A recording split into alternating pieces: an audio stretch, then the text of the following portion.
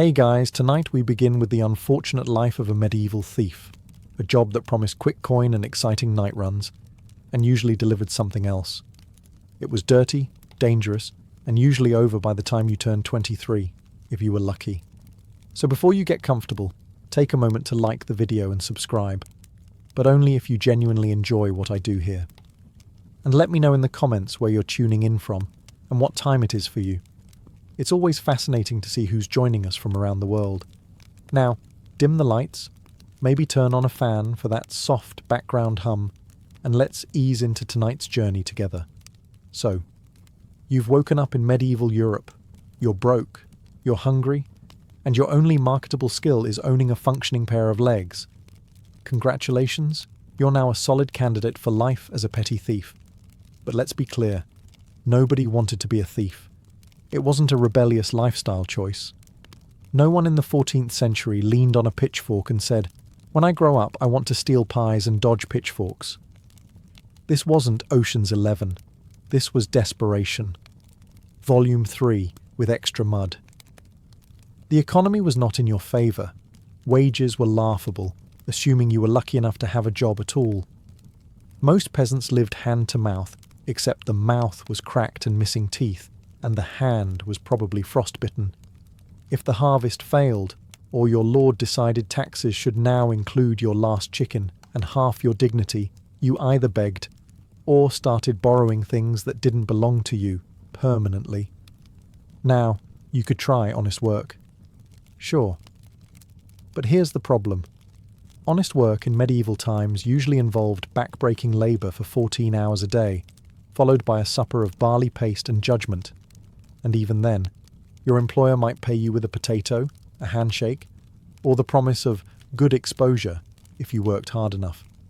Meanwhile, the baker's coin purse looked awfully full, and unattended. So yes, people stole, not because they were criminal masterminds, but because it was often a choice between theft and slow, ornamental starvation. But the thing is, it didn't take much to become a criminal. Steal a loaf of bread? That's theft. Pick up an apple that fell off a cart? Theft. Chase a runaway chicken and accidentally enter someone else's garden? Guess what? You're now trespassing and probably guilty of poultry conspiracy. And once you dipped a toe into that muddy legal pond, you were marked. You were now that kind of person. And in a time when gossip moved faster than carts and memory was long, especially for drama, it stuck. So, let's say you've committed to the life of theft. You're limber. You're motivated. You've tied a rag around your face to look mysterious. Great. Time to find a target. Except, good luck with that. You see, the biggest problem with being a medieval thief, other than the constant risk of hanging, is that nobody had anything worth stealing. Most villagers were poor, not can't afford new shoes poor, more like this potato is both dinner and pillow poor. The average peasant owned maybe one pair of trousers, 2 spoons, and a goat named after a family member. Their homes were made of mud, sticks, and optimism. They didn't have jewellery. They didn't have coin purses. Some of them didn't even have purses. They just tied things into bits of cloth and hoped for the best. You might get excited seeing someone in the market with a bulging pouch, only to find it's full of turnip seeds and a dead mouse. Congratulations. You've just risked your life for ingredients and rodent protein. You'd think nobles were better targets. They had gold, after all. But they also had guards, dogs, fortresses, and an unhealthy enthusiasm for punishing people who touched their hats the wrong way. Robbing a noble was like walking into a wasp nest with a torch and hoping the wasps were polite. Then there were the clergy. Churches had chalices and silver crosses, yes, but also locked doors, divine judgment, and more importantly, town gossip. Steal from the church, and everyone knew by lunch. Also, you might get cursed. Even if you didn't believe in curses, it still ruined your week. And don't even think about grave robbing. First of all, medieval cemeteries weren't exactly Fort Knox. They were barely organised. You could spend half the night digging only to find a pile of rocks and a very annoyed mole. Plus, exhuming bodies meant people assumed you were into dark magic, which came with additional problems. Being a thief in medieval Europe required a certain level of stealth, moving quietly through the shadows, slipping past sleeping guards, vanishing into the mist like a mysterious, misunderstood anti-hero. That was the dream. The reality? You smelled like a bag of boiled onions left in a goat's sock. Hygiene wasn't exactly a medieval priority. Baths were rare, soap was expensive, and deodorant hadn't been invented yet, unless you counted stuffing your shirt with dried herbs and hoping people mistook you for a mobile salad. And thieves? They weren't exactly living in comfort. Most slept in haystacks, alleys, or under pigs. You absorbed the environment, not in a poetic way, in a your body is now 30% barnyard way. So when you crept up behind someone in the marketplace, they usually heard you coming. Not by sound, by scent. You might as well have worn a sign that said, "I have not seen clean water since Lent." Your clothing didn't help. Most thieves wore the same outfit every day because it was the only one they owned. After a few nights of hiding in chimneys or crouching behind fish stalls, that outfit developed a personality. The kind of personality that clears a room. Even worse. Your job required physical activity. Running, jumping, crouching, all in heavy woolen clothes that trapped every molecule of body odour like a cursed sponge. You were a walking scent crime. Guards didn't need dogs to track you. They just followed the faint trail of sweat, mould, and bad life choices. Did you hear that? No, but I smelled it. Not exactly the mystique most thieves hoped for. And if you thought you could blend into a crowd to escape, think again. Medieval crowds were full of people who also hadn't bathed. Yes, but you. You were worse. Somehow. You stood out. You were the human equivalent of a warning. It's hard to be invisible when everyone around you is quietly gagging and opening windows. Dogs. Man's best friend. Unless, of course, you were a medieval thief. In which case, dogs were traitorous furry snitches with teeth. Every village, farmstead and roadside tavern had one. Not the floppy-eared, tail-wagging, who's a good boy kind we know today. No. These were wiry, half-feral creatures with scars, names like Chopper or Bitey, and the temper of a drunk blacksmith with gout. You didn't pet them. You prayed they didn't detect your presence through the fog. To a thief, dogs were the worst kind of security system. Cheap, loyal, and prone to dramatic barking at everything. It didn't matter how quiet you were. Step on a twig? Bark. Sneeze into your sleeve? Bark. Breathe slightly near the pantry door? You'd better believe bark. And now the entire street knows you're trying to liberate that wheel of cheese. And they weren't just noisy. They were fast. Dogs could cross muddy courtyards in seconds. Meanwhile, you're slipping on cabbage leaves and tripping over buckets. Suddenly, the quick job turns into a frantic race between your questionable cardio and a set of yellowed fangs. Getting bitten wasn't even the worst part. The real issue? Once a dog hated you, and they always did. It never forgot. Medieval dogs had memories like grudge-holding grandparents. You could rob a bakery once in spring, and 3 months later, that same dog would be waiting for you outside the alehouse, ready for round 2. Even worse, the townspeople loved their dogs more than their relatives. If a guard dog barked at you, people didn't ask questions. Oh, Bitey's barking. Must be a thief. Grab a pitchfork and tell the priest to prep the confession chair. You couldn't bribe them, reason with them, or outrun them forever. They didn't care if you were just trying to swipe a loaf of bread for your starving sibling. As far as they were concerned, you were an intruder, and your legs were made of chew toys. Here's the ironic thing. Most medieval homes didn't have locks. Not because people were trusting, but because locks were expensive, complex, and usually reserved for things like monasteries, city gates, or chests that definitely contained 3 rusty spoons and a saint's toenail. So you might think, perfect, easy pickings for me, the nimble village sneak thief. Not quite. Because while locks were rare, traps were not. People couldn't afford keys, so they got creative. And by creative, I mean actively hostile. It began with the door itself. Most weren't doors so much as wooden slabs that creaked like tortured souls and groaned when touched. Try opening one quietly, and you'd trigger an audio alarm louder than a cathedral bell. And that was the easy part. Many villagers hung crude bells on strings just inside, a medieval motion detector, if you will. Pull the door. Jingle jangle. Entire household awake. Baby crying. Dog barking. Someone screaming, "Get the pitchfork." You've lost the element of surprise and possibly a finger. Then there were the improvised defences. Some people leaned buckets of water above the door. Others scattered dry twigs across the floor so any sneaky step would crunch like you were stepping on a bowl of angry granola. And in rural areas, traps involved sharp farm tools, low-hanging beams, or, in one recorded case, a welcome mat made of hedgehogs. Let's not forget the poultry alarm system. Chickens. You'd think they'd be neutral. But no. Medieval chickens were nervous, shrieking nightmares that exploded into chaos the moment they sensed movement.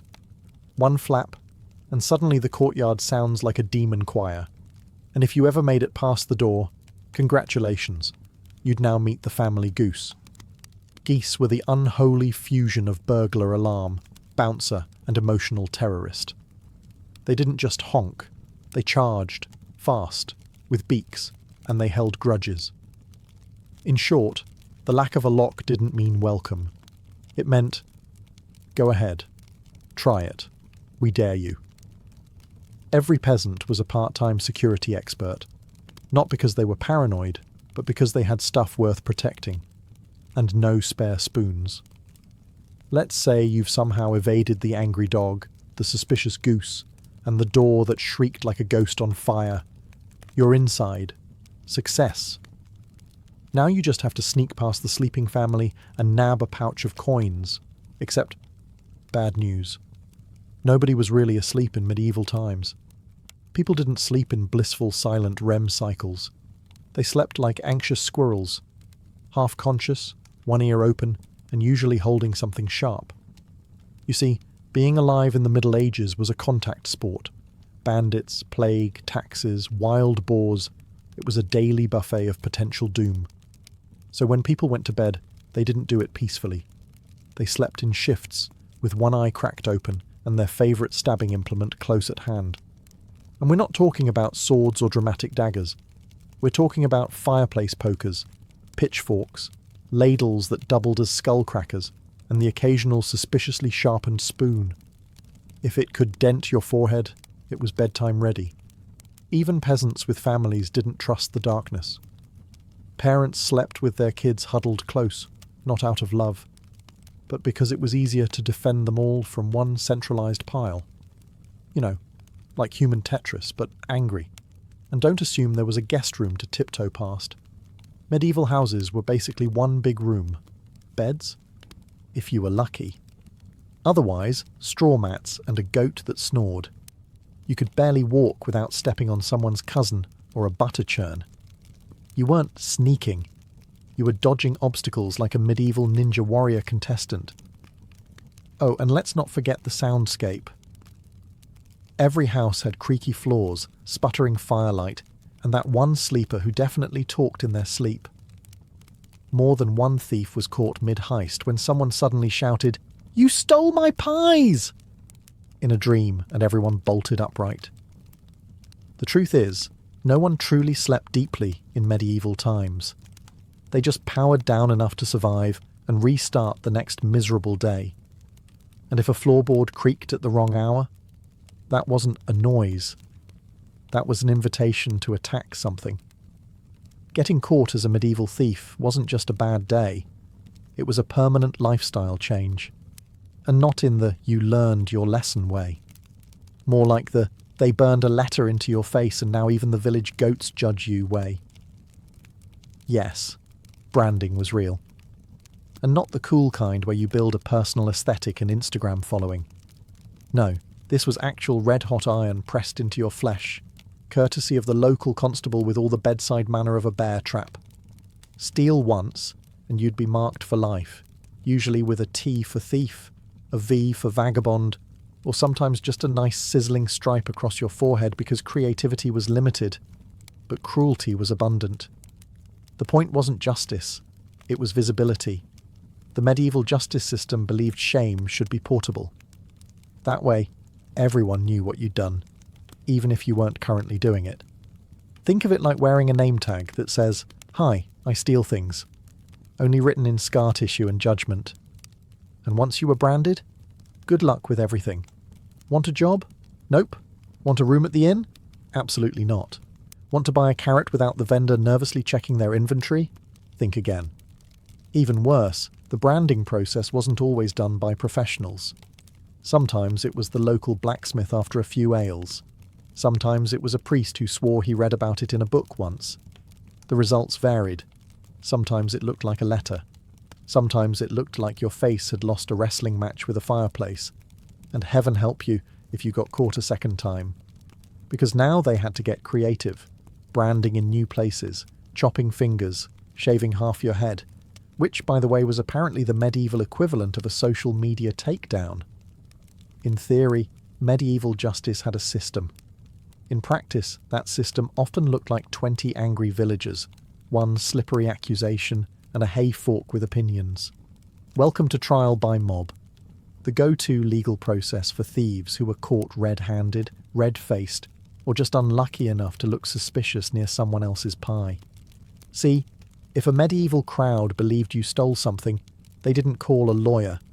They called everyone else, neighbours, shopkeepers, children with no context but lots of enthusiasm. Suddenly, you weren't in trouble with the authorities. You were in trouble with Marjorie, who remembers when you looked funny at her geese 2 months ago. And once the mob had gathered, forget innocent until proven guilty. That idea was about 500 years, and one enlightenment away. You were guilty the moment someone shouted, "That's him!" Bonus guilt if your clothes were torn, your hair was wild, or you didn't live within shouting distance. Your trial usually began with yelling, escalated to grabbing, and ended with something being thrown at your head. Possibly a shoe, possibly a turnip, possibly a goat. Medieval mobs were unpredictable but deeply committed. If you were lucky, someone with an official title showed up. A constable maybe, a monk if you were really blessed. But often, you were at the mercy of local justice, which meant you'd be tied to a post in the square while everyone took turns describing how their day had been ruined, specifically because of you. The evidence? Circumstantial. The verdict? Decided by volume. The sentence? Creative. Sometimes it was public shaming, stocks, pillories, or being forced to wear a sign that said something like, "I steal eggs and lie to my aunt." Sometimes it was a beating. Sometimes it was being dunked in the river while people yelled things like, "Confess!" and "I told you he looked like a sock thief." Appeals? None. Defense? You could try shouting, "It wasn't me," but that mostly made people throw harder. Mob justice didn't aim for truth. It aimed for closure. Fast, loud, cathartic closure. You've been caught. The mobs had their fun. Maybe they didn't kill you. Congratulations. You've been deemed worthy of public humiliation instead. Enter the stocks. Now, if you're imagining a quiet time out to reflect on your choices, no. Stocks weren't punishment light. They were medieval entertainment. You were the show. And not a good one. More like a local improv group made entirely of humiliation and leg cramps. First, let's define them. Stocks were large wooden frames that locked your ankles, and sometimes your wrists, into place. You sat awkwardly in a public square, hunched like a badly folded deck chair, with your limbs stretched out and your dignity leaking from every pore. And you stayed there, for hours, sometimes days. Rain? Tough? Snow? Too bad. Pigeons landing on your head?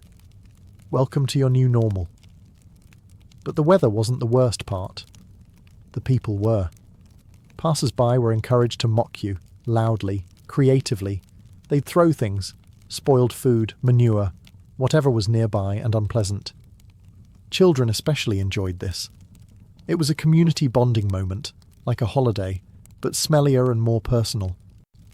"Hey, that's the guy who stole the blacksmith's sausage," someone would shout. Then the sausage, now very stale, would be hurled directly at your face, and don't think you could tune it out. Stocks were deliberately uncomfortable. Your legs went numb, your back ached, and your nose ran while villagers composed folk songs about your criminal incompetence. You might get lucky and have a sympathetic friend sneak you some bread. More likely, though, someone stole your food while mocking your theft record. That's irony, medieval style. And let's not forget the long-term effects. After a public stock session, you were marked. Not physically, but socially. People remembered. You were now that guy from the stocks. It stuck longer than the cabbage in your hair. Also, if you thought this was the lowest tier of punishment, think again. The stocks were practically a spa day compared to what came next. Branding, mutilation, or a one-way ticket to the gallows, courtesy of your local execution enthusiast. By medieval standards, a flogging was considered merciful.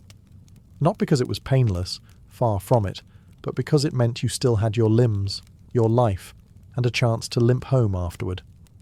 In a world where punishment often included branding, dismemberment, or the kind of community engagement that ended with a funeral, a good old-fashioned flogging was almost polite. Let's set the scene. You've been caught stealing, perhaps a loaf of bread or someone's spare boots. You're hauled into the town square, surrounded by people who definitely don't have anything better to do, and the local authority gives the nod. Out comes the whip, not the movie-style leather one. This is more of a rough rope or a strip of knotted hide, wielded by someone who's either very enthusiastic or just having a bad day. You're tied to a post, always a public spot, so the town gets a free show. You might be shirtless, but only because torn clothes aren't great protection. There's no dramatic music, just the sound of rope hitting skin, and someone in the crowd saying something like, "Serves him right." I always suspected he looked like a bread thief. The goal wasn't just pain, it was deterrence. You weren't just being punished, you were being used as a living lesson. "Steal, and this could be you," the lash said, over and over again, like a very violent motivational speaker. The lash count varied, 5, 10, 20, depending on the crime, the mood of the judge, or whether the person administering it had a sore shoulder that day. And if you passed out mid-punishment, that was fine. They'd just pause, splash water on your face, and continue. Hydration was important after all. But here's the thing. If you were flogged, it meant someone had decided not to go further. You weren't locked away forever. You weren't branded or worse. You were punished, yes. But then you were released, bruised, embarrassed, but alive. So you've just swiped a purse, maybe nabbed a wedge of cheese. Excellent. You're on the run. Now what? Well, unless you had a flawlessly timed horse waiting behind the tannery, and let's be honest, you didn't, your getaway looked a lot more like awkward power walking through mud while villagers shouted, "Stop! Thief!"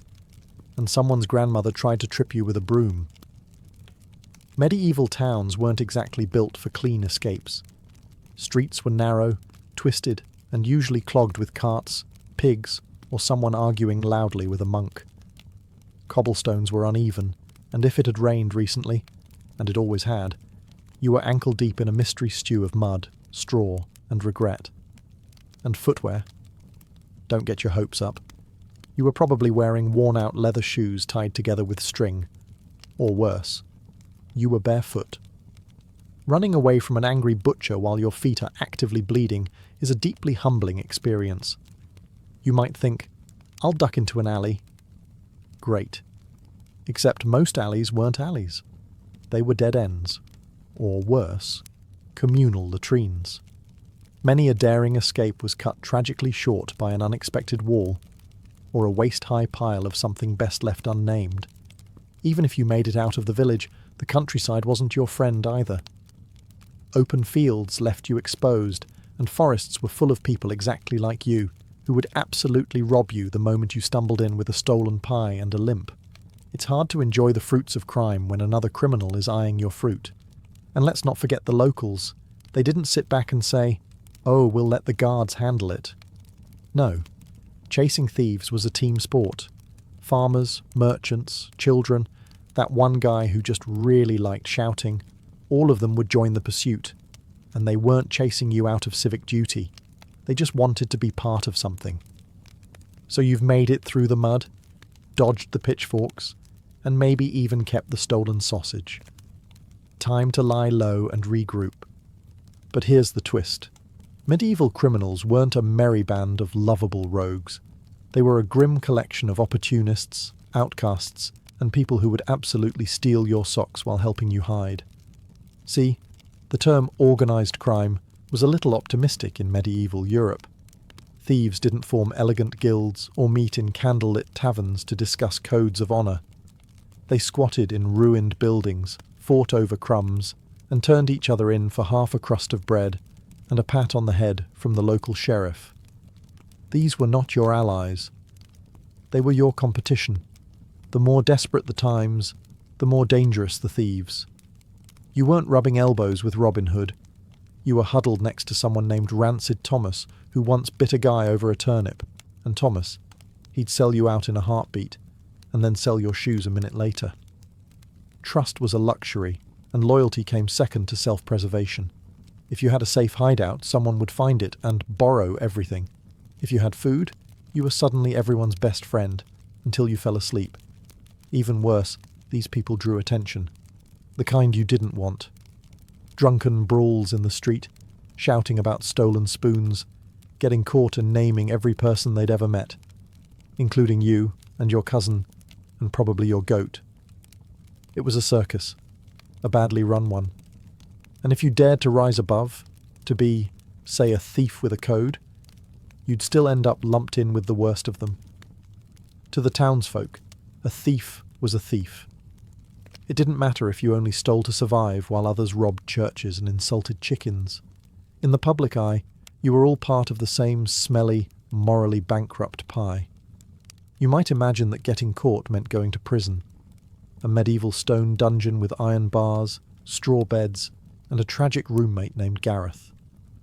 Maybe you picture rats, some slow redemption arc, and someone slipping you bread through a slot in the door. Wrong. Medieval prisons weren't punishment.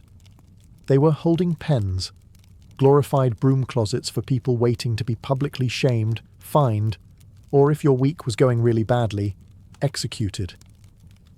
If you were lucky enough to land in a prison, and that's a sentence we never thought we'd say, it was less institution and more wet hole in the ground.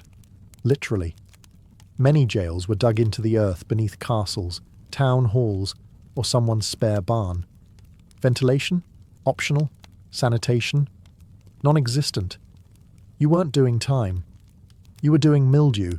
Forget privacy.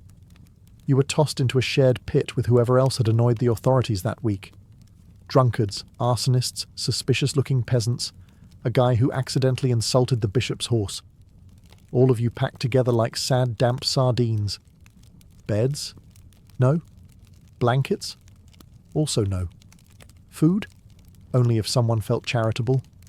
Or if your family could bribe the guard with coins, favours, or a particularly fine turnip.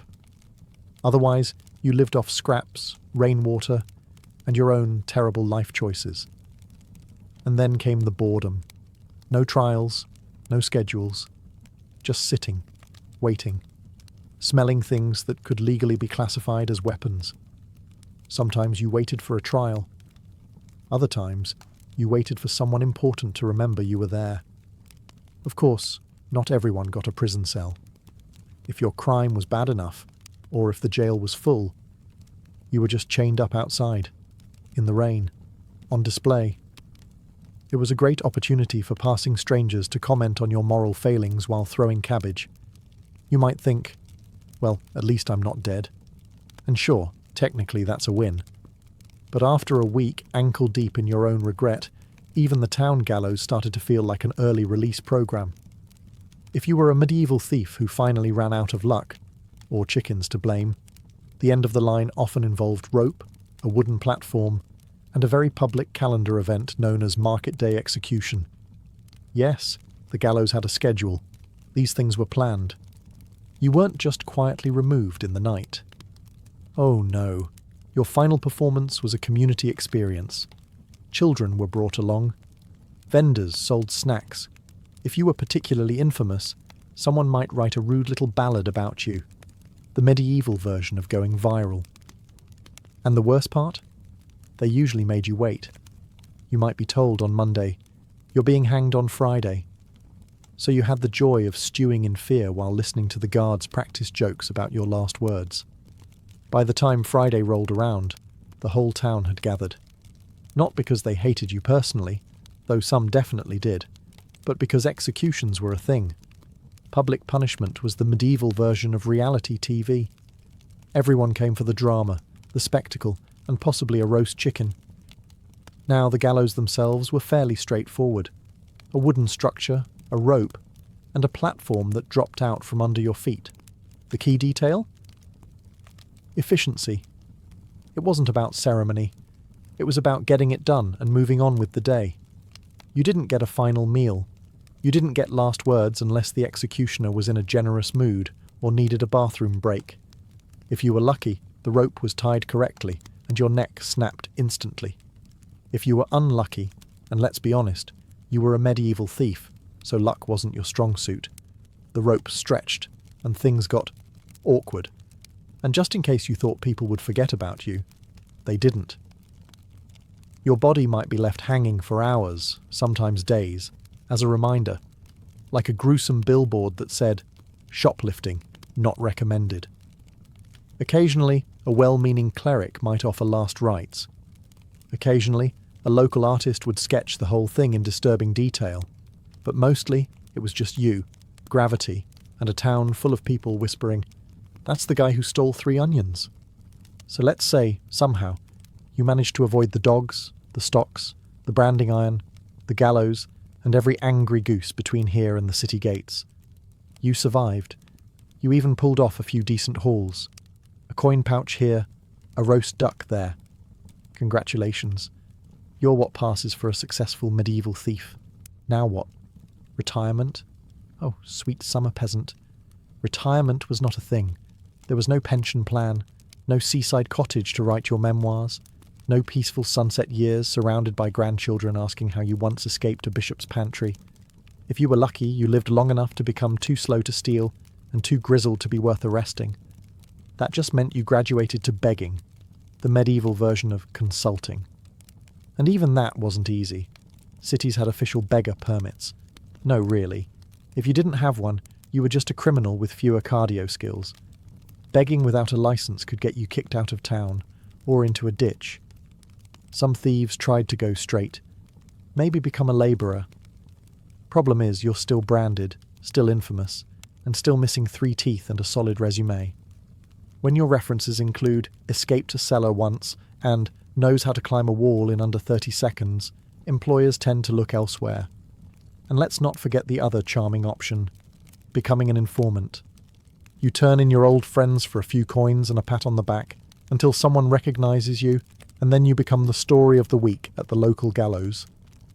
So no, there was no retirement plan, no thieves' union, no quiet fade into obscurity. Your options were, keep stealing until you're caught. Try begging and still possibly get caught. Join a mercenary band and probably get stabbed by someone worse than you. Disappear into the forest and become folklore, preferably the mysterious thief who vanished after one last job, though more likely, guy who died in a puddle near a bush. So when people say, crime doesn't pay, in the medieval world, they weren't joking. It paid in bruises, scars, and a lifetime of looking over your shoulder. It started with good intentions, or at least that's what the official reports claimed. In the early 1800s, Britain was being swallowed whole by industrialisation. Cities like London and Manchester were bursting at the seams, overflowing with factory smoke, horse dung, and something society feared far more than poverty: madness. The old model of dealing with the mentally ill, chaining them in private madhouses, locking them in poorhouses, or hiding them behind closed doors, was no longer enough. Reformers like the Quaker William Tuke in York had already begun to experiment with something radical: kindness. His moral treatment model rejected whips and beatings in favour of gardens, fresh air, and human decency. For a moment, it looked like the dawn of a more humane age, but progress has a way of turning sour. The 1808 County Asylums Act changed everything. It allowed local governments across England and Wales to build public asylums funded by taxes. And that's exactly what they did, by the dozen. By mid-century, asylums had become sprawling institutions on the edge of every major town. Their architecture was Gothic, ominous, and fortress-like. They were supposed to be temples of healing. Instead, they became warehouses for the unwanted. The problem wasn't the concept. It was the execution. These new public asylums weren't just for the violently insane. They became dumping grounds for the inconvenient. Unmarried mothers, alcoholics, epileptics, paupers, menopausal women, anyone who caused a scene or failed to follow Victorian norms could end up inside. Diagnoses were vague, often sexist, and deeply moralistic. If you were a woman with opinions, you might be labelled hysterical. If you were a man who didn't work hard enough, you might be accused of melancholia or moral insanity. And once you were inside, it was hard to get out. Asylums ballooned in size. What began as institutions for 50 or 60 patients swelled to house thousands. Overcrowding exploded. Funding couldn't keep up. The staff-to-patient ratio collapsed. Moral treatment gave way to containment. Straitjackets replaced gardens. Cold baths replaced conversation. In theory, Victorian asylums were a beacon of scientific progress. In practice, they became the padded cells where progress was left to rot. And this was only the beginning. So, what made someone mad in the Victorian era? That depended less on science and more on your social status, gender, and whether your neighbours thought you were a bit odd.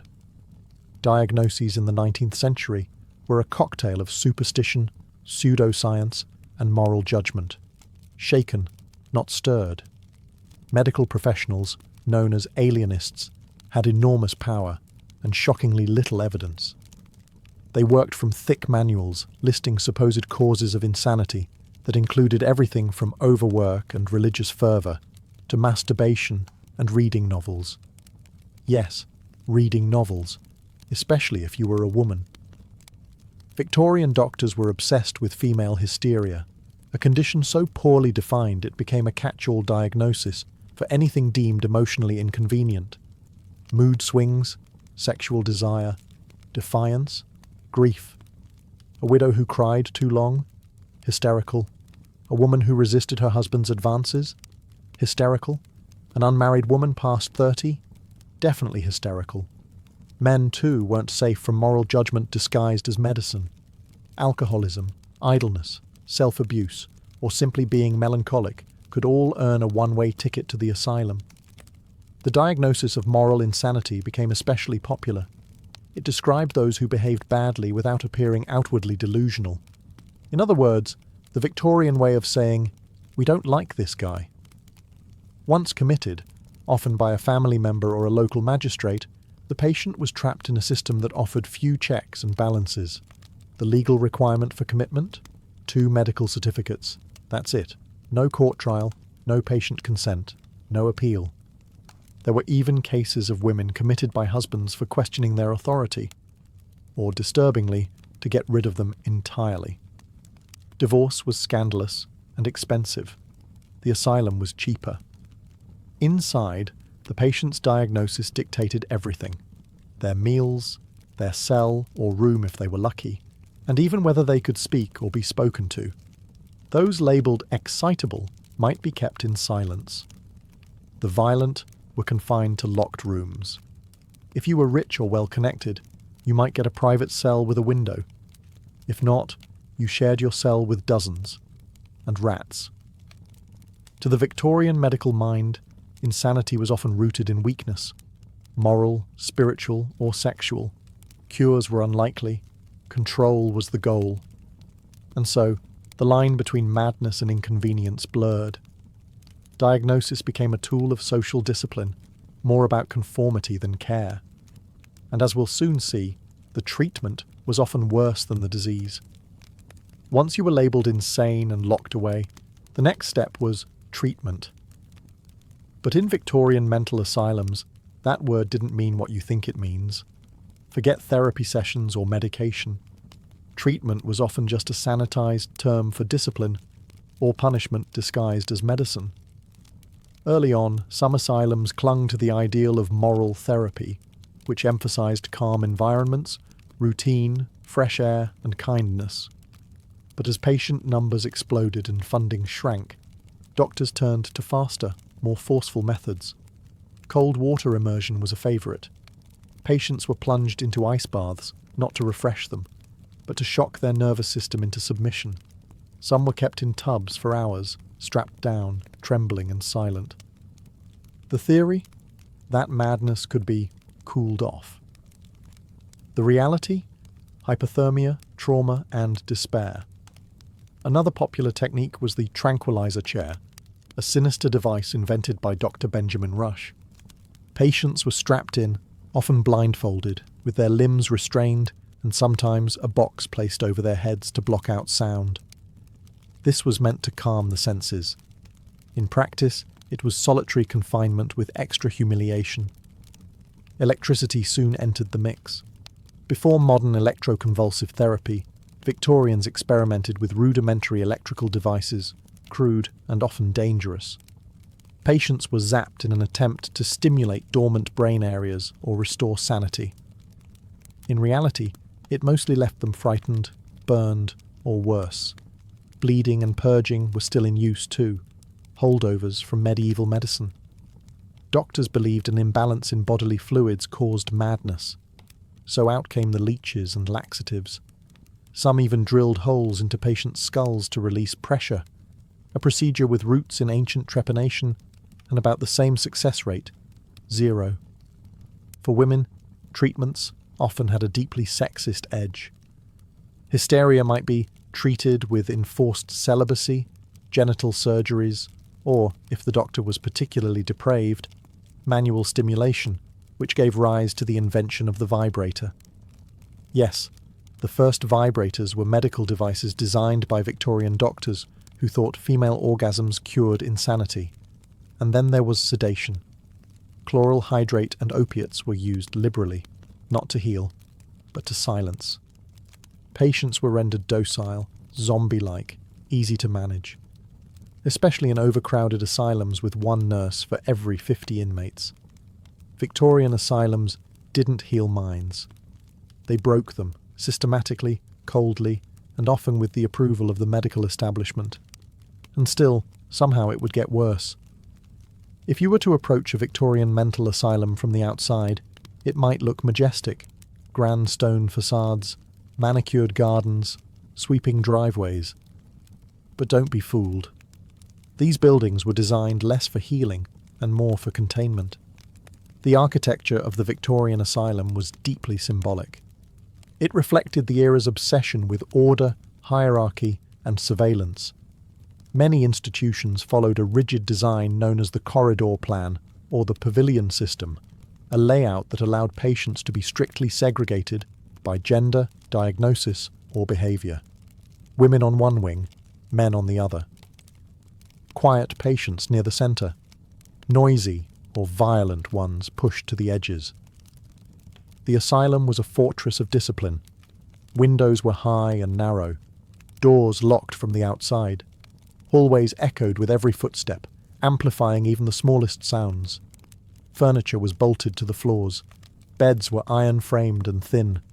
There were no personal items, no privacy, and certainly no warmth.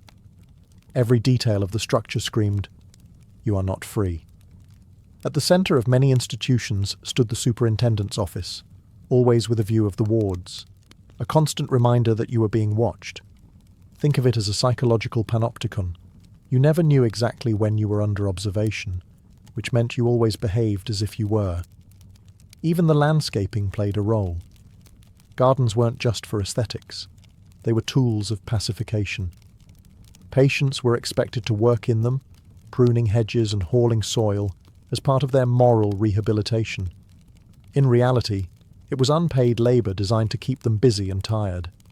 Then came the airing courts, walled outdoor enclosures where patients were marched for fresh air. These weren't spaces of leisure. They were more like outdoor cells. Men and women walked in circles under the gaze of attendants. Talking was discouraged. Laughter was suspicious. Inside the asylum, the rules were suffocating. You needed permission to speak, to sit, to stand, even to use the toilet. Infractions were met with punishment, isolation, restraints, or worse. Even hope became dangerous. Grandiose delusions could include thinking you'd ever leave. The Victorian asylum was a machine. A cold, efficient mechanism designed to categorize, restrain, and forget those deemed unfit for the world outside. And once the door closed behind you, it often stayed that way for life. If you were a woman in Victorian Britain, the asylum loomed like a silent threat behind every social misstep. The 19th century was a golden age for patriarchy. Women were expected to be docile, obedient, and quietly miserable. Anything outside that narrow ideal, too loud, too sexual, too sad, too clever, could be interpreted as madness. And the asylum was always hiring. Husbands could commit their wives with frightening ease. All it took were 2 medical signatures, no trial, no defence, no requirement for evidence. In one infamous case, a woman was institutionalised for having religious excitement after attending too many church services. In another, a wife was locked up for arguing about money. But not all cases were so benignly absurd. Some were horrifying. Women who had experienced trauma, sexual abuse, postpartum depression, or miscarriages were often accused of hysteria. Rather than being given support, they were locked away, subjected to invasive cures, and left to rot in understaffed wards. Victorian medicine didn't treat their pain, it pathologized it. Even menopause was suspect.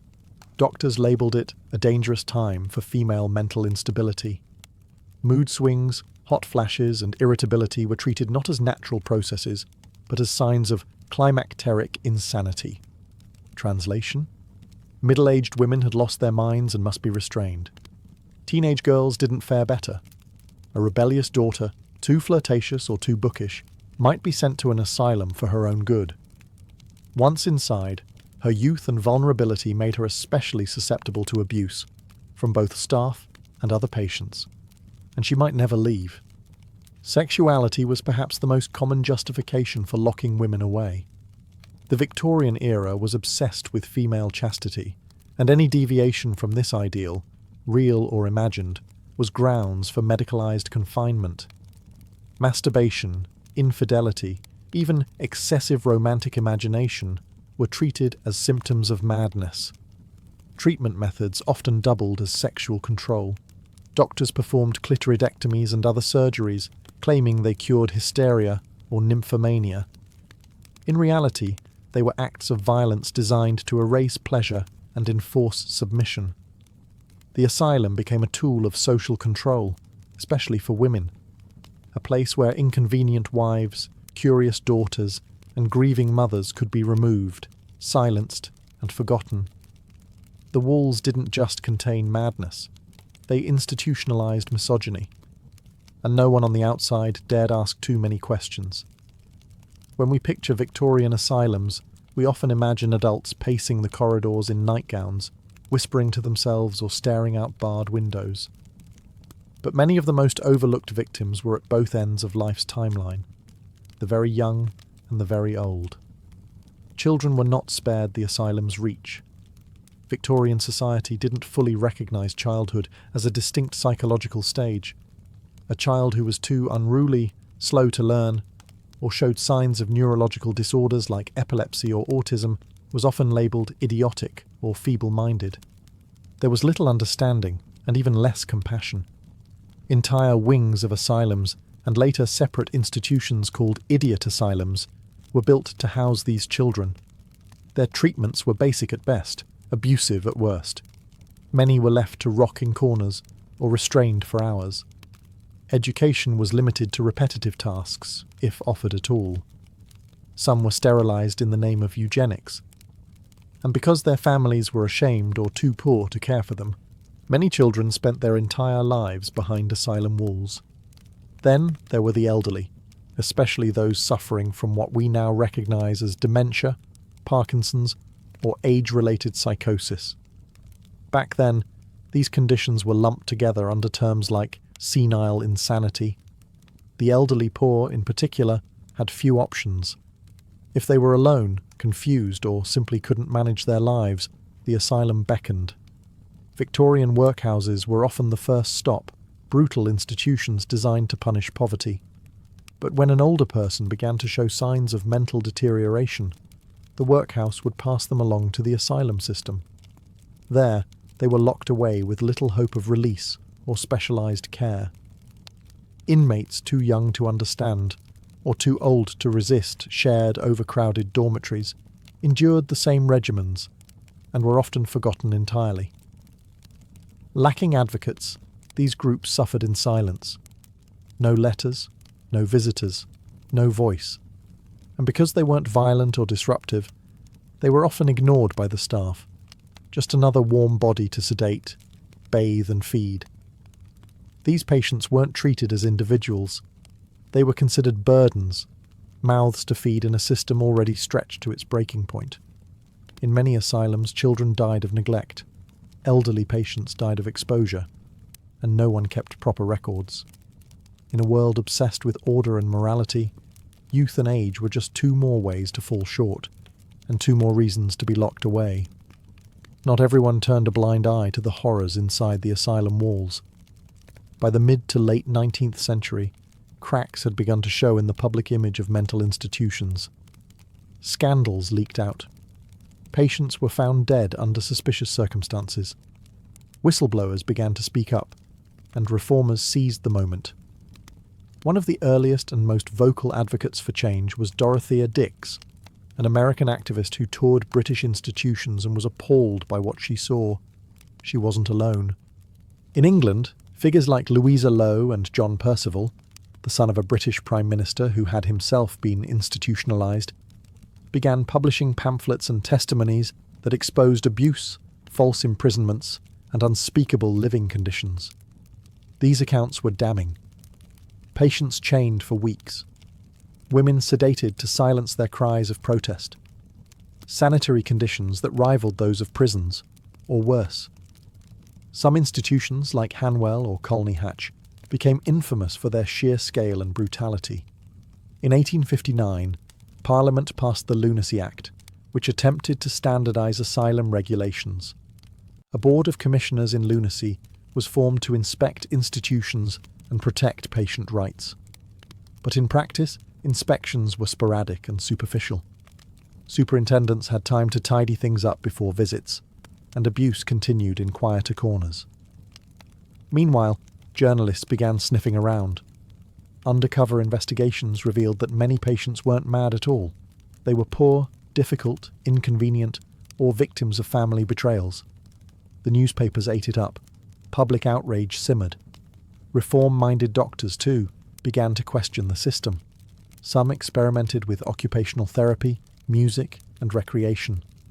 They called for better training for attendants and higher standards of care. A few institutions even introduced open wards, where patients were not locked inside and could roam the grounds, a revolutionary idea at the time. But these improvements were uneven at best.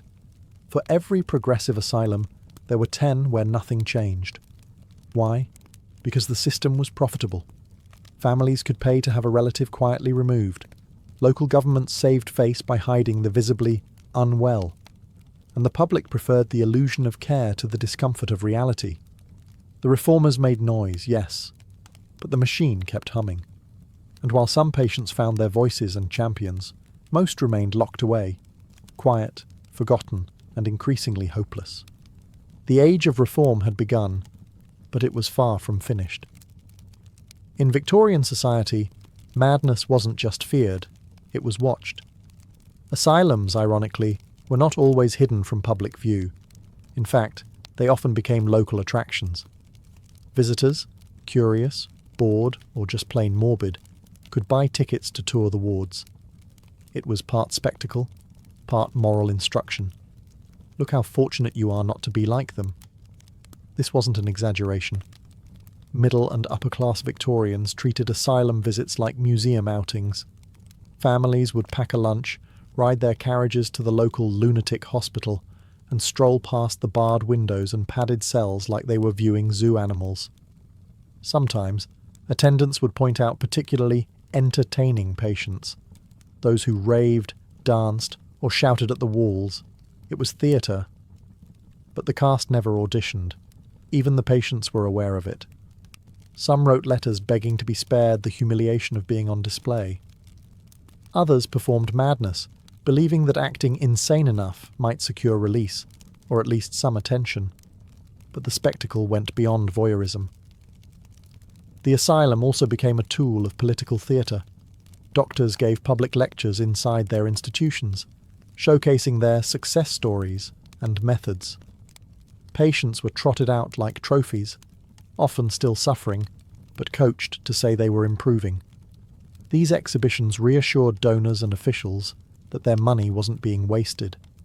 Photography played its part too. The Victorian era saw the birth of psychiatric portraiture. Solemn, eerie images of patients posed stiffly, sometimes with signs listing their diagnosis. These weren't for family albums. They were for medical journals and public display, reinforcing the idea that insanity had a look, a type. These faces became the propaganda of control. And of course, literature and theatre loved the asylum trope. Gothic novels like Jane Eyre and The Woman in White used the mad woman in the attic as both villain and victim, always isolated, often imprisoned, rarely understood. These stories mirrored society's real anxieties about women, class, power, and the thin line between sanity and rebellion. In truth, Victorian asylums didn't just house the mad. They helped define what madness meant. They were social mirrors, reflecting everything the era feared: disorder, deviance, sexuality, and loss of control. And for many, being labelled insane was not the end of a journey. It was a lifelong sentence written in whispers and watched through iron bars. By the end of the Victorian era, the asylum system had become a paradox. Born from reform, fed by fear, and sustained by silence. Institutions meant to offer sanctuary had become places of permanent exile.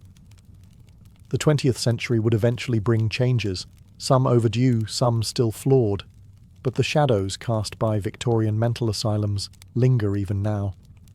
Many of the beliefs that shaped those institutions didn't vanish overnight.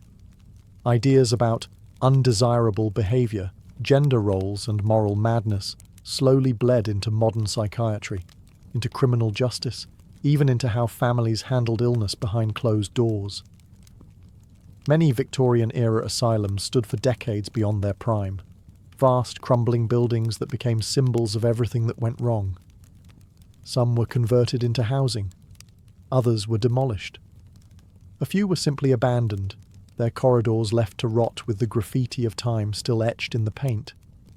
But what about the people? Tens of thousands died inside those institutions, some from illness, some from abuse, many from sheer neglect. Their graves were often unmarked. Their files, if they survived, are now stored in archives with tragic footnotes like "never spoke again" or "believed to be possessed." They vanished behind stone walls and history moved on. Yet their stories matter. Because the Victorian asylum wasn't just a physical structure, it was a cultural machine. One that taught society how to treat the vulnerable, isolate them, silence them, punish them for being inconvenient. And while we like to believe we've evolved, echoes of that system remain. In underfunded mental health care, in stigma, in families too ashamed to speak openly, in prisons overflowing with the mentally ill. There's no simple moral to the tale.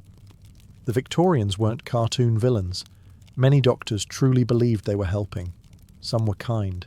Some patients did improve, but intention doesn't erase impact. and what started as an attempt at compassion became a machinery of confinement, brutal, sprawling, and deeply human in its failures. Today we walk past the ruins of those asylums and barely glance at the plaques, but if you stop, you might feel it, that strange, heavy stillness. The residue of stories untold, lives forgotten, voices that were never heard. And maybe that's the legacy worth remembering, not just the institutions, but the people inside them. Because in the end, what we choose to forget says just as much as what we remember. Khutulun was not your average royal. From the moment of her birth around the year 1260, she was destined to defy expectations, not just as a woman, but as a warrior. She was born into the heart of the Mongol world, a nomadic empire that had conquered much of Eurasia in a single century. Her father, Kaidu Khan, was no minor chieftain.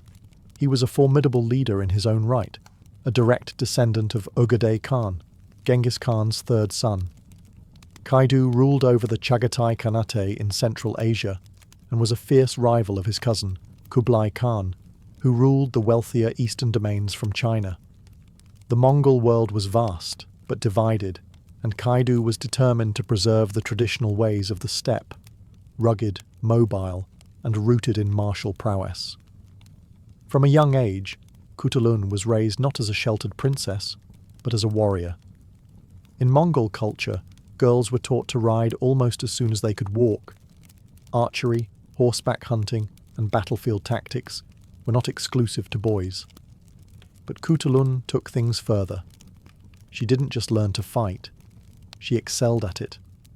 By her teenage years, she was riding beside her father on military campaigns, commanding troops, and earning a reputation not just as a noblewoman, but as a devastating force of nature. According to chroniclers like Marco Polo and Rashid al-Din, Khutulun stood out even among the hardened warriors of her time. Her physical strength was legendary. She could pin grown men to the ground in wrestling matches. She could gallop into battle wielding a bow or spear with deadly precision. And she wasn't just a sideshow. She was a commander, feared by her enemies and respected by her allies. Her upbringing was unique in the Mongol world, but not entirely unprecedented. Mongol women had always enjoyed more freedom than their counterparts in Europe or the Islamic world. Still, Khutulun shattered even those boundaries. She wasn't content to remain in the background, managing domestic affairs. She wanted to fight, lead, and challenge the very idea of what a royal woman could be. She was the daughter of a Khan, but she was also her own kind of conqueror, and soon the entire steppe would know her name. Of all the stories surrounding Khutulun, one tale echoes louder than the rest, a tale that turned her from warrior to legend. By the time she reached marriageable age, Khutulun had already proven herself in battle, outmaneuvered rival commanders, and solidified her place beside her father as a trusted military advisor. Yet one question lingered in the minds of every neighbouring ruler and royal court. Who would marry her? Khutulun had an answer. She would only marry a man who could defeat her in wrestling. Not archery, not swordplay. Wrestling. This wasn't just a game. Mongol wrestling, or Burk, was an elite sport, one of the three manly skills alongside archery and horsemanship. It required strength, balance, endurance, and ferocious will. Matches could last for hours, and Khutulun didn't just participate. She dominated. She made her challenge public. Any man who wished to marry her must first best her on the wrestling field. If they lost, they had to forfeit a large number of horses, usually 100, but some legends say even more. And lose they did, one after another. Strongmen, warriors, nobles, each came with confidence and left with bruises and broken pride. Some accounts, particularly the dramatized ones by foreign travelers like Marco Polo, claim that Khutulun amassed a herd of 10,000 horses from these failed suitors. Whether literal or symbolic, the message was clear. She had turned traditional courtship into a trial of strength, and no man measured up. To her people, this wasn't scandalous. It was awe-inspiring. Khutulun became the embodiment of the steppe's ideals, fierce, free, and unconquered. Her defiance of convention didn't diminish her femininity, it redefined it. She didn't reject marriage outright, but she refused to surrender to weakness, status, or political convenience. Of course, her parents, especially her mother, were less enthused. Kaidu may have admired his daughter's prowess, but he also had dynastic ambitions. A strategic marriage could have secured alliances, but Khutulun held firm. She would not be bartered or bound, not unless her chosen match could take her down with his own strength. None ever did. This vow wasn't just about love. It was a statement, a living declaration that no man, no matter how rich or royal, could own her unless he earned it through force and respect. And in that ring, Khutulun remained undefeated. Khutulun wasn't just a champion in the wrestling ring. She was a terror on the battlefield. From her teenage years onward, she rode alongside her father, Kaidu Khan, as he led campaigns across Central Asia in his long-standing war against Kublai Khan and the Yuan dynasty. These were no ceremonial rides. Khutulun fought in full armour, commanded troops, and made tactical decisions that earned her the fear and respect of seasoned generals. The Mongol way of war was brutal, fast, and highly coordinated. Cavalry manoeuvres, feigned retreats, and ambushes were all part of the game, and Khutulun mastered it. One account, likely exaggerated but rooted in truth, claims she would ride into enemy lines and snatch up a prisoner, as easily as a hawk plucks a chicken. This wasn't poetry. It was how Mongols assessed greatness, through action. Her battlefield prowess was so formidable that her father reportedly considered naming her as his heir, not just to his household or his horses, but to the leadership of the entire Chagatai Khanate. This was no small thing. Mongol politics were deeply patriarchal, especially when it came to succession. Leadership wasn't simply inherited, it had to be won, endorsed by powerful male nobles and military leaders. For Kaidu to even consider Khutulun as his successor meant she had done more than earn his trust. She had proven, time and again, that she was a commander equal to or better than her brothers, but therein lay the problem. Khutulun had many brothers, 15 by most counts, and not all of them were fond of being outshone by their sister. Resentment simmered. Whispers of jealousy and scandal began to circulate, some even suggesting that her closeness to her father was unnatural. Others accused her of seeking too much power for a woman. Yet Kaidu stood by her. During his many campaigns against the Yuan dynasty and their allies, Khutulun remained one of his most reliable commanders. She led her own units, charged into battle, and brought home victories. Soldiers followed her not because of her name, but because of her record. She wasn't a token warrior. She was the real thing. And with every campaign, her legend grew, not just as a woman among men, but as a warrior among warriors. As Khutulun's fame on the battlefield surged, so did the whispers. To her father, Kaidu Khan, Khutulun was more than just a daughter. She was his right hand, his most trusted general, and, according to some sources, his preferred successor. While her brothers bickered and schemed, Khutulun remained unwavering in her loyalty. She was bold, strategic, and brutally effective. In a world where trust could mean life or death, Kaidu had no doubts about her. But the rest of the Mongol aristocracy wasn't as confident. The idea of a woman inheriting power, let alone ruling an entire Khanate, was enough to send shockwaves through the traditionalist ranks. Sure, Mongol women had historically enjoyed more freedom than their counterparts in other parts of the medieval world. They could own property, advise on politics, even ride into war. But to rule outright? That was a different story. As Kaidu's health began to decline, the issue of succession became urgent. Khutulun remained his obvious choice in terms of loyalty and merit. But politics doesn't always reward merit. Her brothers, cousins, and various Mongol nobles saw an opportunity to block her rise, and they began to act. Some spread rumours that her relationship with Kaidu was inappropriate, crossing lines of familial closeness. Others accused her of using sorcery or feminine manipulation to win influence. These weren't just idle gossip, they were calculated attacks meant to discredit her in the eyes of the tribal councils. But Khutulun didn't back down. She continued to appear at Kaidu's side during military councils. She commanded troops with the same unshakable confidence. Her power was visible, undeniable. And yet, it wasn't enough. Even her father began to sense the political storm brewing.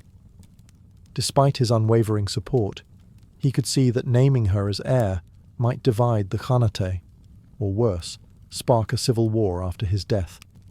Mongol rule depended on strength and unity.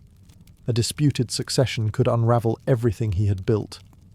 In the end, Kaidu never officially named Khutulun his successor, not because she was unworthy, but because her worth made her dangerous to those clinging to an old world. She had fought harder, led better, and remained more loyal than any man around her. And still, the throne stayed just out of reach. For now. For years, Khutulun had stood firm. She would only marry the man who could defeat her in wrestling. None had succeeded, and with every broken suitor sent home horseless, her legend grew, along with the pressure to abandon her vow. Kaidu's tolerance had limits. While he respected her independence and military skill, he was still a father, and more importantly, a Khan with political obligations. The Mongol world was built on strategic marriages, and Kaidu needed alliances to strengthen his hold against Kublai Khan and rival tribes. Having an unmarried daughter, even one as formidable as Khutulun, left a glaring opportunity untapped. Eventually, the tension became too great to ignore. Kaidu, under pressure from his advisors and other noble houses, reportedly urged Khutulun to reconsider her terms. The political climate was shifting. Her victories on the battlefield, while impressive, were no longer enough to shield her from internal expectations. And so, reluctantly, Khutulun married. The identity of her husband remains shrouded in mystery. Some sources say he was a man accused of plotting against Kaidu, and the marriage was her way of demonstrating loyalty to her father, choosing to wed the accused man herself to prove his innocence. Others claim the man was selected for political reasons, someone deemed worthy by the tribal council, even if he hadn't bested her in sport. What is certain, however, is that Khutulun did not marry for love, and she did not marry on her own terms. Her wrestling challenge disappeared. Her resistance, at least publicly, had ended.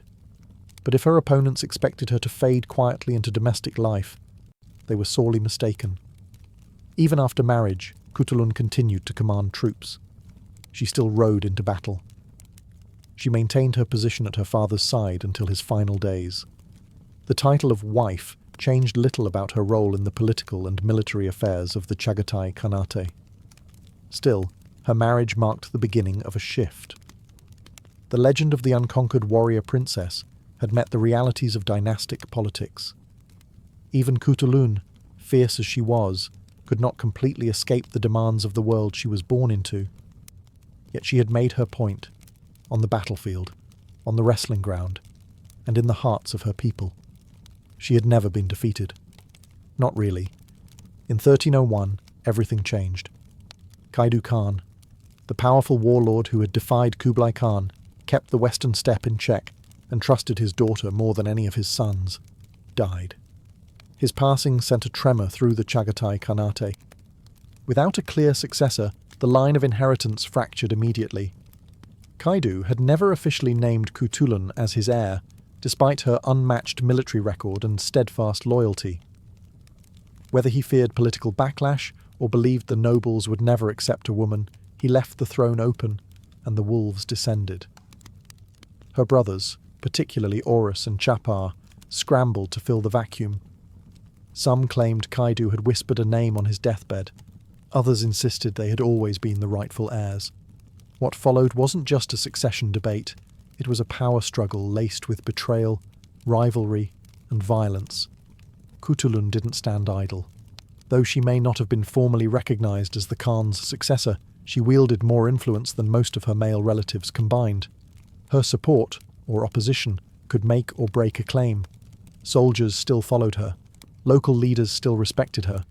Many believed she should rule, and there are reports, fragmentary and debated, that Khutulun attempted to claim leadership in the immediate aftermath of Kaidu's death. If true, this would have made her one of the few women in Mongol history to vie openly for power at the Khanal level. But the odds were against her. The steppes' traditions were not ready to accept a female Khan, no matter how capable she was. The same commanders who had once praised her in battle now turned to her brothers, fearing the political instability that might come from breaking patriarchal norms. Khutulun's opposition grew louder. Her options grew fewer. In the end, Chapar seized power, backed by influential nobles and opportunists. Khutulun was sidelined, but not entirely erased. She continued to hold command in her own territory and remained a feared presence. Still, the reins of the Khanate slipped through her fingers. It was a bitter turn.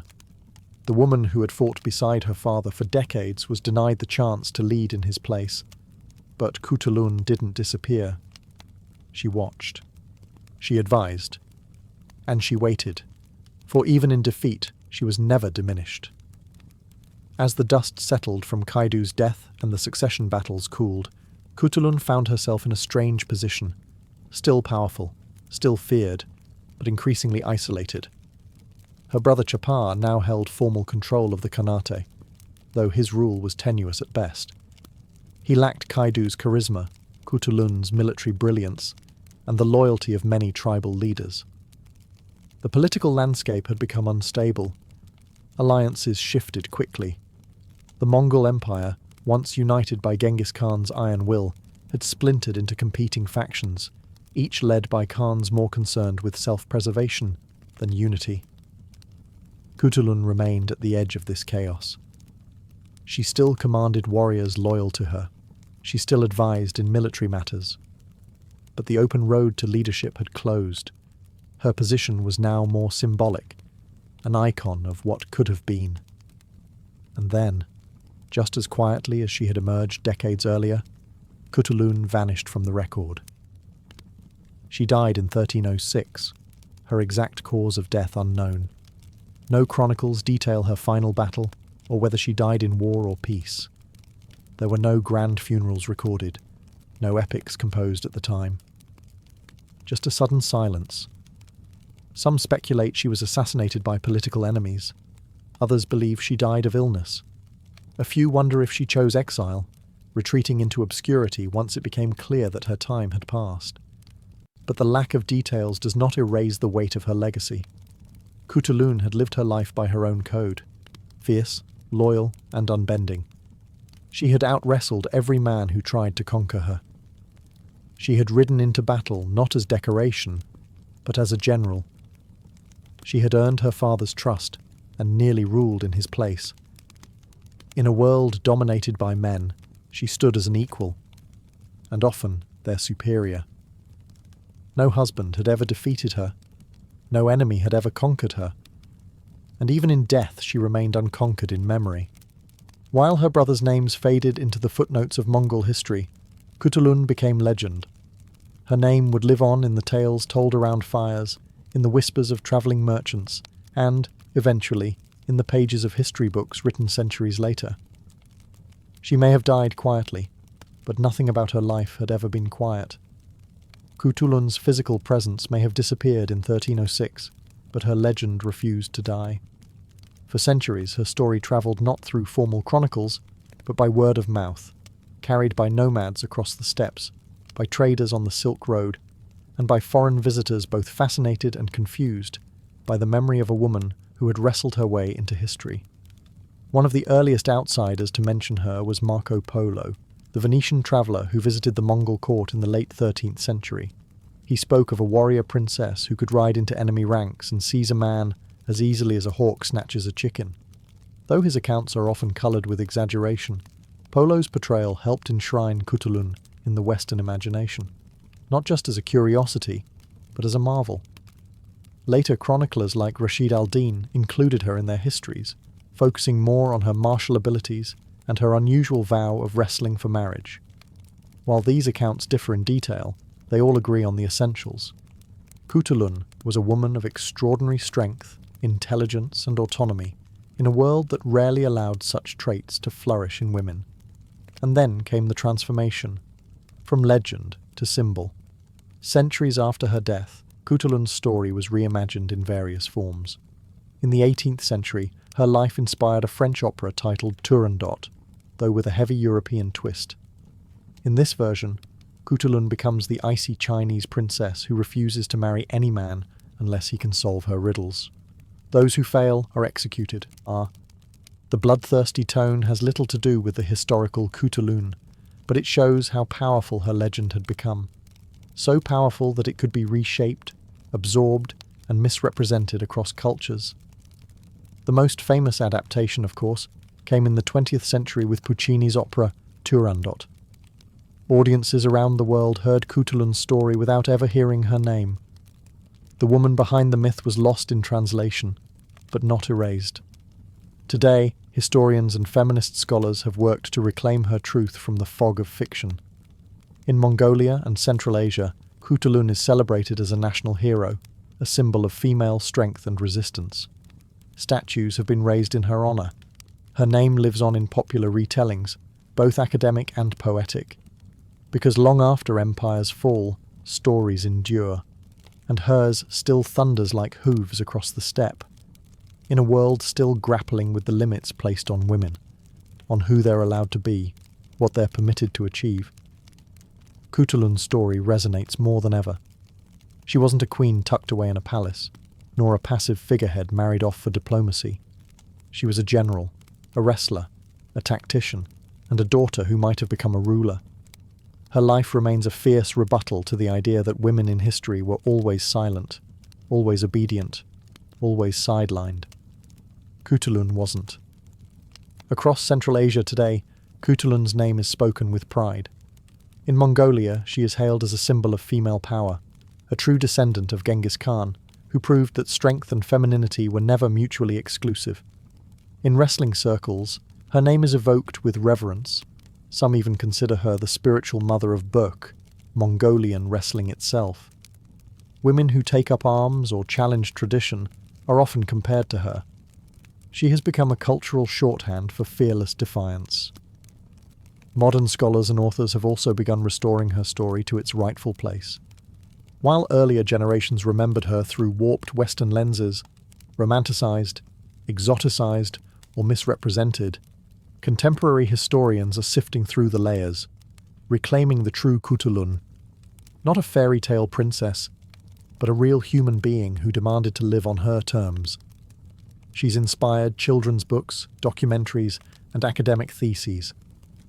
Her legacy has also seeped into pop culture, appearing in shows like Marco Polo, where she's portrayed as a fierce warrior, unafraid to speak her mind or challenge tradition. Though dramatized, these portrayals at least reintroduce her to modern audiences, inviting them to dig deeper. Her story is also part of a broader effort to rewrite the historical narrative, to make space for the voices long ignored or misrepresented. Khutulun isn't just a historical footnote. She's a chapter that was almost erased, now rediscovered. And perhaps that's her greatest victory. She lived in an era where power was measured in strength, loyalty, and legacy, and she mastered all three. No man ever conquered her in sport, no army ever crushed her in war, and no culture, no empire, no time period could silence her completely. Khutulun lives on, as legend, as symbol, and as proof that sometimes the fiercest warrior wears a braid, not a crown. Imagine a world without hospitals, surgical theatres, or even a fixed address. Now imagine thriving in it. For the nomadic peoples of the Eurasian steppe, from the Scythians and Sarmatians to the Turks and Mongols, this wasn't a temporary state. It was a way of life. Always on the move, chasing grazing pastures and evading enemies, they had no luxury for stationary institutions. And yet, they developed a remarkably effective system of medicine, fluid, adaptive, and as mobile as the people it served.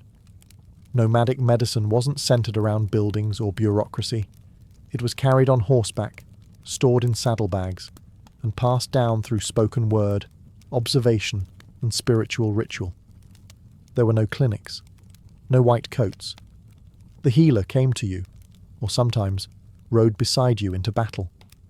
This was medicine born out of necessity and honed by generations of intimate observation of the land, animals, and people. Nomads treated wounds in the field, under the open sky. They cured infections in felt tents. They delivered babies miles from the nearest settlement. Their methods may seem simple to modern eyes, but they were anything but primitive. Theirs was a holistic approach. Healing was not just about treating a physical symptom, it was about restoring balance between body, soul, and spirit. Illness was often seen as the result of disharmony with the natural world, with one's ancestors, or with unseen spirits. And so, medicine among the steppe peoples was never just a science, it was also deeply spiritual. Knowledge came not from books, but from lived experience. The role of healer often fell to shamans, elders, or those with an inherited calling.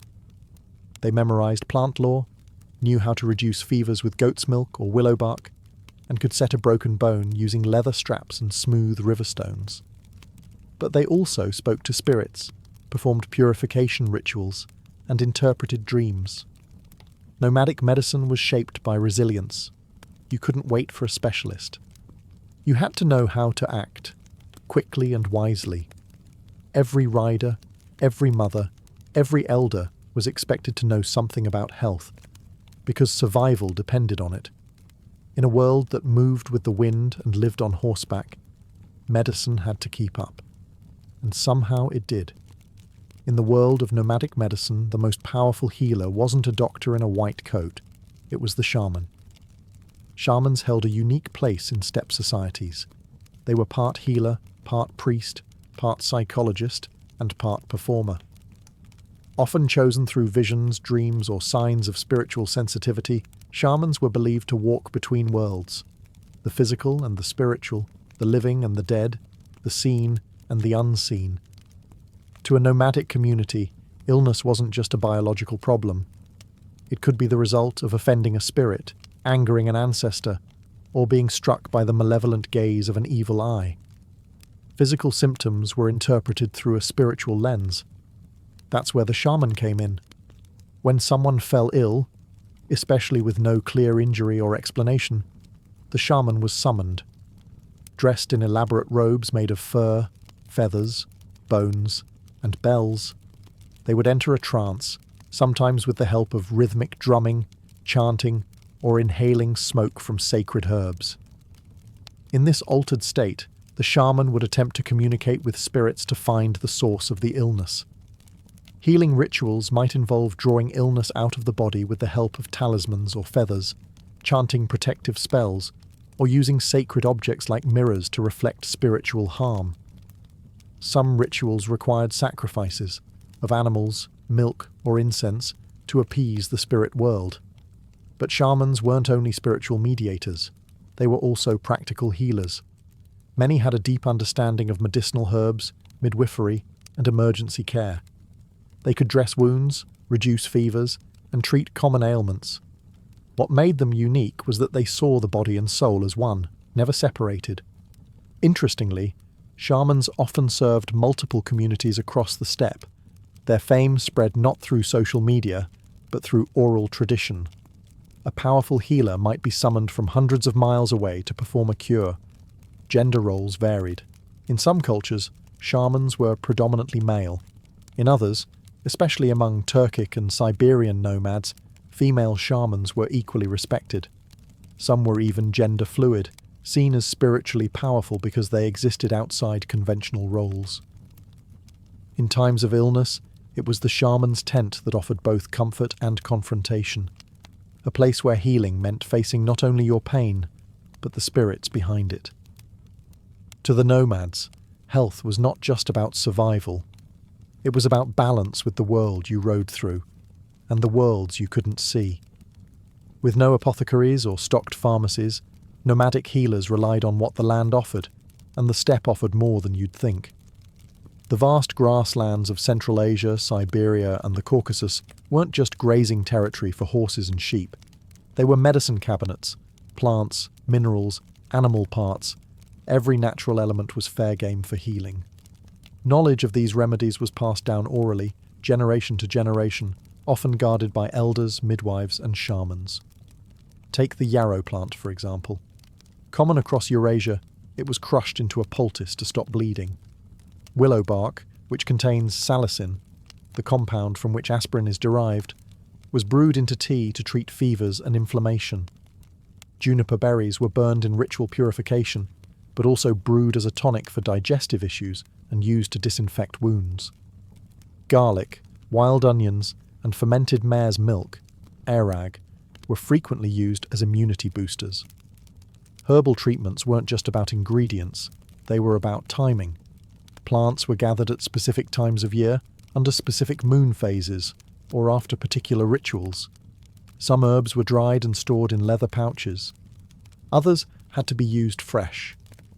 The preparation was just as important as the plant itself.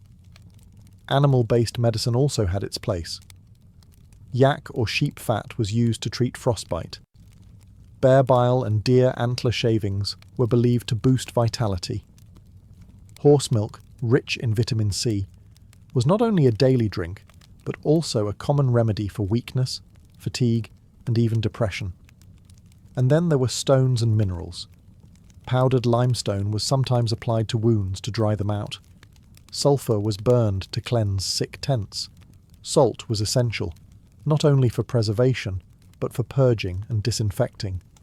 What's striking about nomadic pharmacology is its holistic nature. Remedies were rarely administered alone. A tea came with a prayer. A wound was treated while a charm was tied around the wrist. Physical and spiritual healing went hand in hand. Healers knew their environments intimately.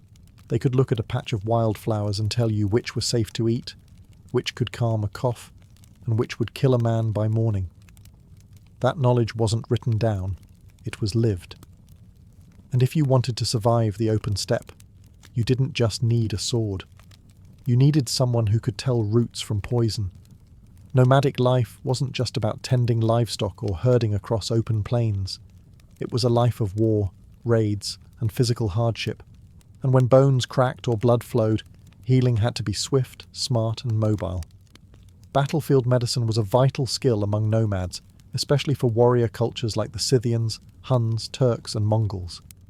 In these societies, everyone knew how to ride and fight, and that meant injuries were common. From broken ribs to deep lacerations, nomadic healers had to act fast, often with nothing more than a saddlebag of tools and a sharp mind. Bone setting was one of the most valued healing arts. Dislocations, fractures, and joint injuries were treated using surprisingly advanced techniques. Healers used animal sinew or strips of rawhide as makeshift splints.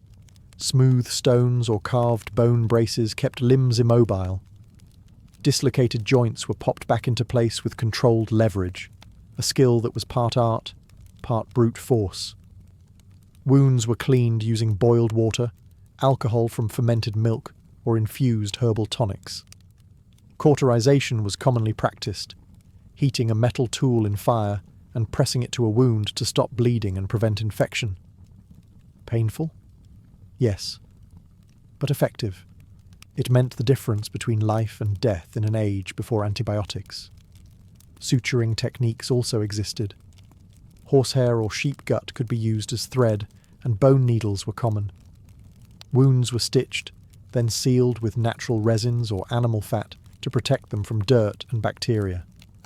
In serious cases, bloodletting was employed, not always out of superstition, but as a method to relieve swelling, bruising, or perceived imbalances in the body.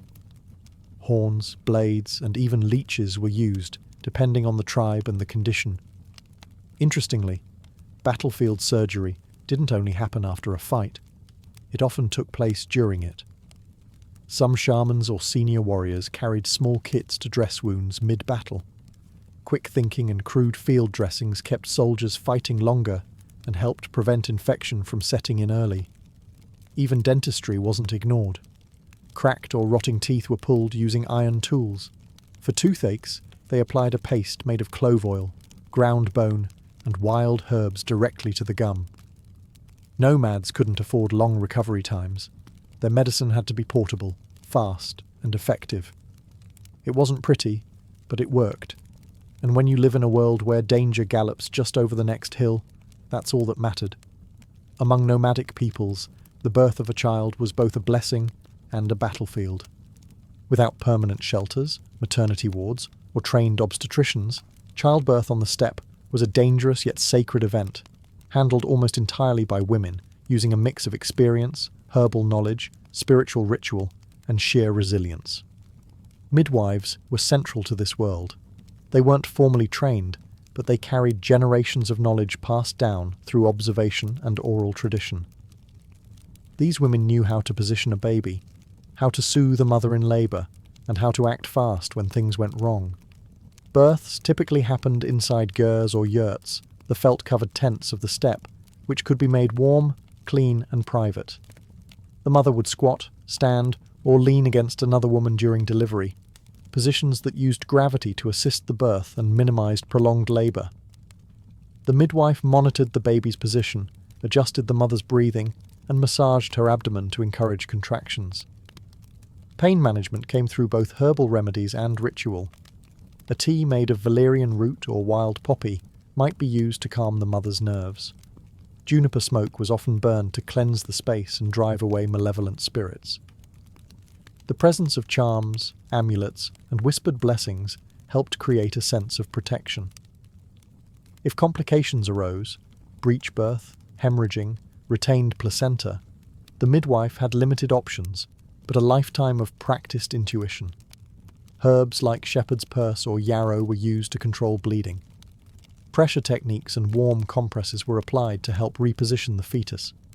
In rare cases, forced delivery by hand might be attempted, a dangerous move, but sometimes the only choice. Once the baby was born, horse milk or warm sheep's milk was often the first nourishment, especially if the mother was weak. The umbilical cord was cut with a sterilized knife or flint, then tied with a string soaked in alcohol or brine.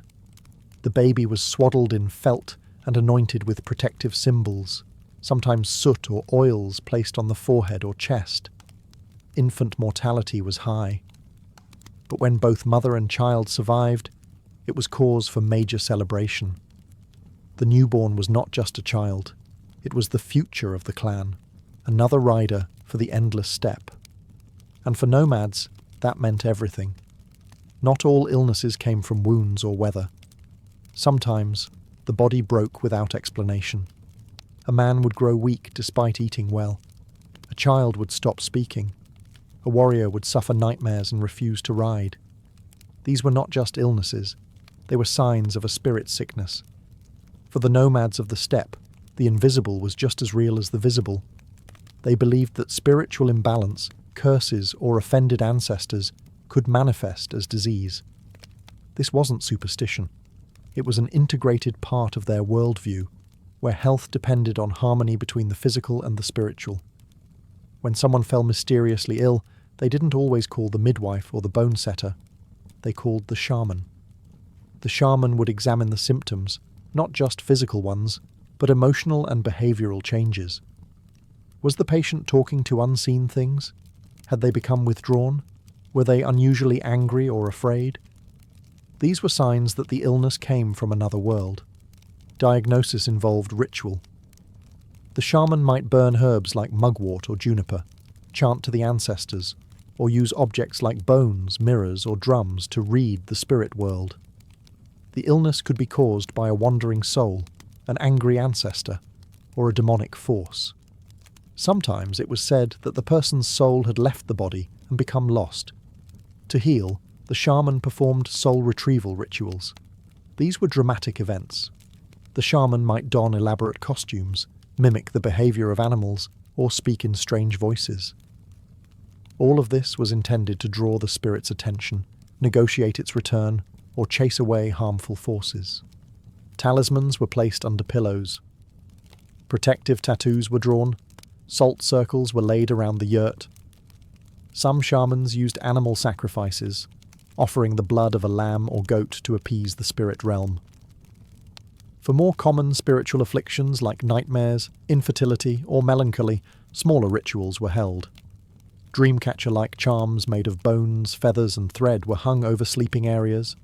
Special songs were sung. Milk or vodka was poured as an offering to the spirits. What modern medicine might call trauma, depression, or psychosis, nomadic societies treated through story, ritual, and deep communal care. The illness was not just yours. It affected the tribe. And healing meant bringing the whole world back into balance. In the absence of medical schools or written manuals, how did nomadic societies preserve and pass down medical knowledge? The answer: collective memory. Nomadic medicine was not centralized in universities or locked away in elite circles. It lived in the mouths of elders, in the hands of mothers, and in the practices of every rider, hunter, and healer. It was communal, taught through demonstration, remembered through story, and refined through lived experience on the open steppe. Children grew up watching injuries treated after horse falls, or fevers soothed with herbal steam. By the time they reached adulthood, they knew the basics: how to stop bleeding with moss, how to prepare a root tea for stomach cramps, how to recognize the signs of a spiritual affliction. Knowledge wasn't given through formal lessons, it was embedded in daily life. Elders played a crucial role. Grandmothers especially were often walking encyclopedias of medicinal knowledge. They knew which plants to gather in spring, how to prepare a poultice for swollen joints, or how to ease childbirth pains with rhythmic chanting and breath control. Many acted as informal doctors within the clan, treating ailments while telling stories that carried layers of coded advice and health wisdom. Shamans trained apprentices, not through classrooms, but through mentorship. A chosen pupil might spend years learning how to interpret dreams, prepare ritual tools, or enter trance states safely. The training was personal, intuitive, and deeply spiritual. There were no exams, but failure could mean disaster for both patient and healer. The communal nature of knowledge also meant that nomadic medicine could adapt. If a new herb was discovered while migrating to unfamiliar lands, its effects were tested, documented orally, and shared. A new treatment might be tried on a sick animal before a human. If it worked, it became part of the tribe's living knowledge. This oral tradition had its vulnerabilities. Disease outbreaks could wipe out entire family lines and their medicinal wisdom with them. But it also had its strengths. It was flexible, dynamic, and resilient. It could travel with the tribe, change with the seasons, and adapt to new threats. In a world where everything moved, the one constant was memory, not written in books, but in the rhythm of everyday life. A knowledge passed not by pen, but by firelight, sweat, and story. For nomadic societies, animals weren't just companions or commodities, they were lifelines. Horses, sheep, yaks, goats, and camels formed the backbone of steppe economies, culture, and even spiritual life. So naturally, caring for animal health was just as critical as healing human wounds, sometimes more so. Animal medicine was a highly developed parallel system, often overseen by the same people who treated human ailments. In fact, the line between veterinary and human medicine was blurred. If something could heal a sick goat, it might work for a person, and vice versa. The bond between rider and horse especially shaped a deep understanding of physiology, trauma, and recovery.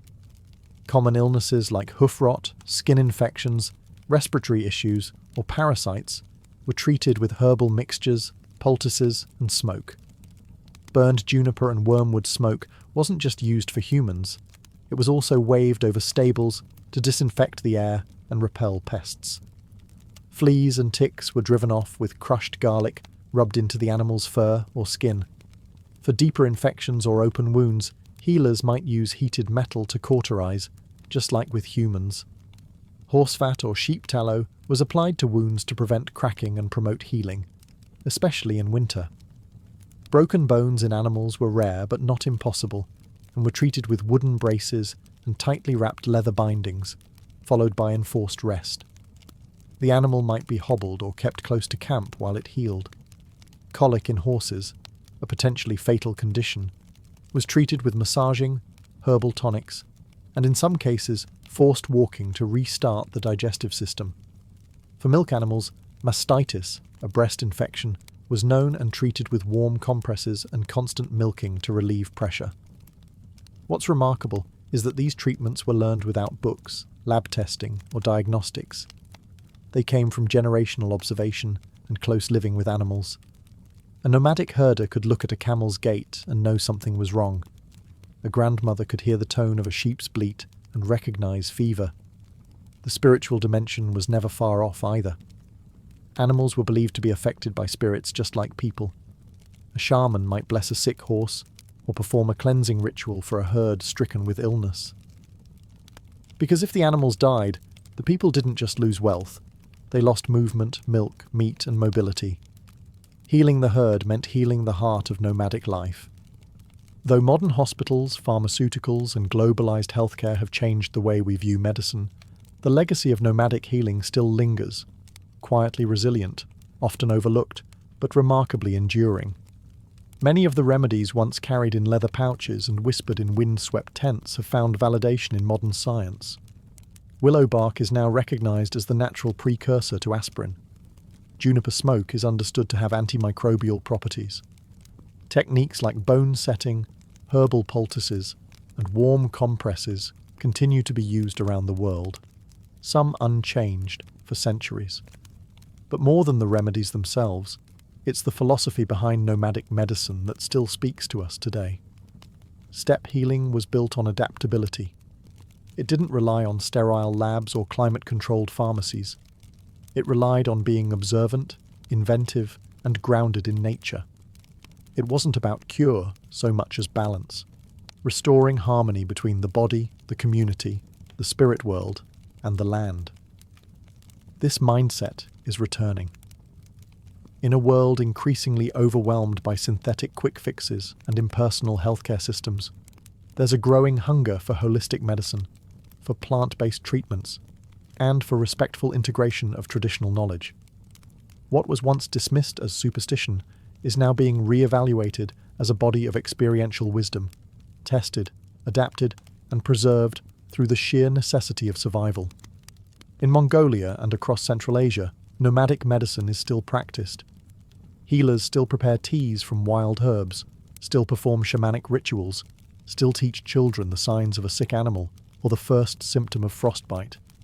Even among modernized populations, remnants of this tradition persist, woven into cultural identity like thread through felt. Of course, not all steppe medicine was safe or effective. Some rituals were based on belief rather than biology. But the human insight, the awareness of emotional health, the power of communal care, the role of nature in healing, remains timeless.